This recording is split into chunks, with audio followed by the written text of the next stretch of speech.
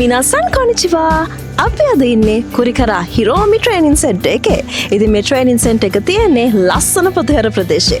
ඉතින් ජපානයට යන්න සීන දකින්න ඔයාලා හැමෝම වෙනුවෙන් මේ පාර ඔක්තෝබර් ඉන්ටෙක් එකේ වීසා හම්බුන ඔයාලා හැමෝම මේ කැම්ප් එකට අපි ගෙන්නුවා.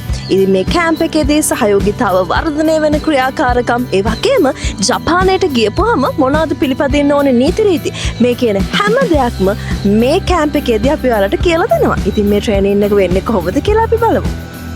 අපි ජපානයේ ශ්‍රී ලාංකේය සන්නාමය කුරිකරා හිරෝමි ජපනීස් ලැන්ග්වේජ් ස්කූල්. ජපානයට යන්න ජපාන් සිහිනය දැකලා ඒ සිහිනය සැබෑවෙච්ච කෙනෙක් මාත් එක්ක ඉන්නවා.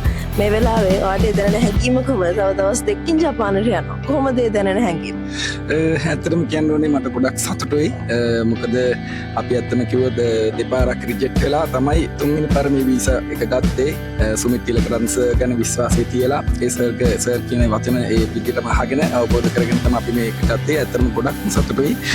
වෙන තැන් වලට වඩා අපිත් එක්ක ඒ කාර්ය මණ්ඩලය ගොඩක් බැඳලා හිටියා. ඒ විශ්වාසෙත් එක්ක අපි තව දවස් දෙකකින් ජපානයට යනවා. ඒ විශ්වාසෙත් එක්ක ගොඩක්ම සතුටුයි.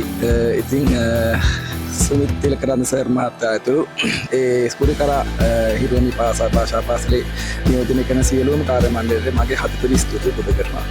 ජපානයට යන්න ලැබෙනවා කියලා කියන්නේ එසේ මෙසේ වාසනාවක් නෙවෙයි. ඉතින් මේ වාසනාව හිමි කරගත්ත ලස්සන තරුණයක් මාත් එක්ක ඉන්නවා. මේ වෙලාවේ දැනෙන හැඟීම කොහොමද? තව දවස් දෙකකින් ජපාන. කොහොමද ඒ දැනෙන හැඟීම?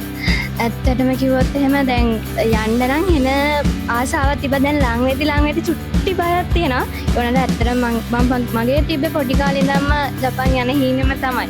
කොයි වෙලාවෙත් තිබ්බේ හීනේ හැම වෙලේම ඒකට තමයි වැඩ කරේ. සෙන්ස් එක්කම වැඩ කරා. කුරිකරාගේ හැමෝත් එක්කම වැඩ කරා. ගොඩක් මගේ දෙමව්පියෝ. ඇත්තටම මගේ දෙමව්පියෝ තමයි ගොඩක් කැපකිරීම කරේ.